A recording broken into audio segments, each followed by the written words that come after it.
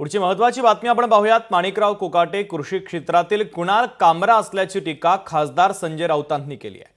कर्जमाफीच्या पैशातून साखरपुडा आणि लग्न करता का असा सवाल कृषी मंत्री माणिकराव कोकाटेंनी शेतकऱ्यांना उपस्थित केला होता। त्यावरून आता संजय राऊतांनी कडाडून टीका केली आहे। तर नुकसानीच्या पाहणीवेळी कोकाटे यांनी शेतकऱ्यांना हा सवाल केला होता। त्यावरून आता वादंग निर्माण झालेला आहे।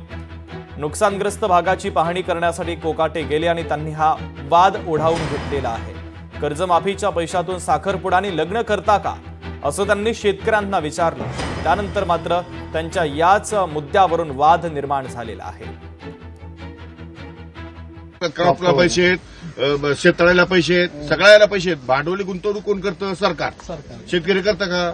शेतकरी म्हणतो विम्याचे पैसे पाहिजे, याचे पैसे पाहिजे, मग साखरपुडे करा, मग लग्न करा। दरम्यान कृषी मंत्री माणिकराव कोकाटे यांच्या या वक्तव्यावर आता संतप्त प्रतिक्रिया समोर आलेल्या आहेत। पाहूयात।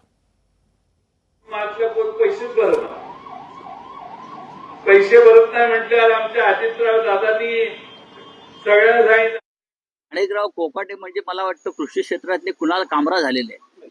खरं म्हणजे माणिकराव कोकाटे हे राजकारणामध्ये अनेक वर्ष त्यांनी अशा प्रकारची विधानं करू नये, शेतकऱ्यांना दुखावणारी।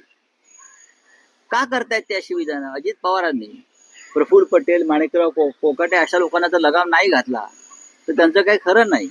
म्हणजे तिघांची जर भाषणं ऐकलीत तुम्ही तर त्यांनी बहुतेक कॉमेडी शो सुरू केलेले आहेत। स्वतः अजित पवार कॉमेडी शो करतायत सध्या। स्वतः त्यांचे जे काय राष्ट्रीय कार्याध्यक्ष काहीतरी आहेत पटेल, ते त्यांचा कॉमेडी शो सुरू आहे तो पडतो।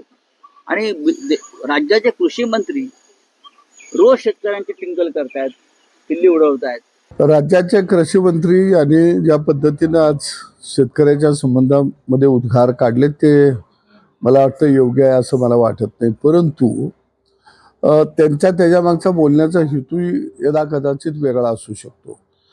एकंदरीत कृषी मंत्री झाल्यानंतर त्यांचं काम पाहिलं तर समाधानकारक आहे। या राज्यातल्या शेतकऱ्यांना कर्जमुक्ती दिली पाहिजे का? तर निश्चितपणाने दिली पाहिजे। जोपर्यंत शेतीमध्ये आपण शेतकऱ्यांचं जीवनमान उंचावलं अशी धोरणं आखणार नाही, शेतकरी विरोधी कायदे हटवणार नाही, तोपर्यंत शेतकऱ्याच्या शेतामध्ये कर्जाचंच पीक येणार आहे। तुमचं कर्ज माफ झालं तर तुम्ही साखरपुड्याला पैसे खर्च करता, तुम्ही लग्नाला पैसे खर्च करता।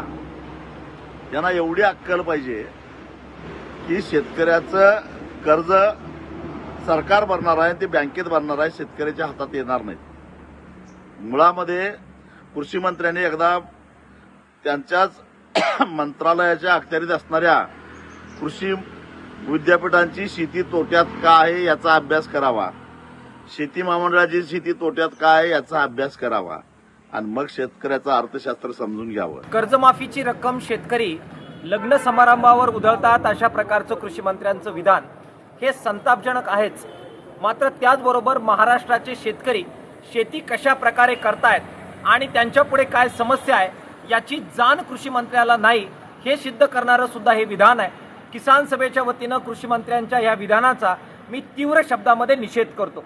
यापूर्वी सुद्धा शेतकऱ्यांची तुलना भिकाऱ्यांबरोबर करून आपण किती असहिष्णू आणि असंवेदनशील आहे हे कृषी मंत्र्यांनी सिद्ध केले।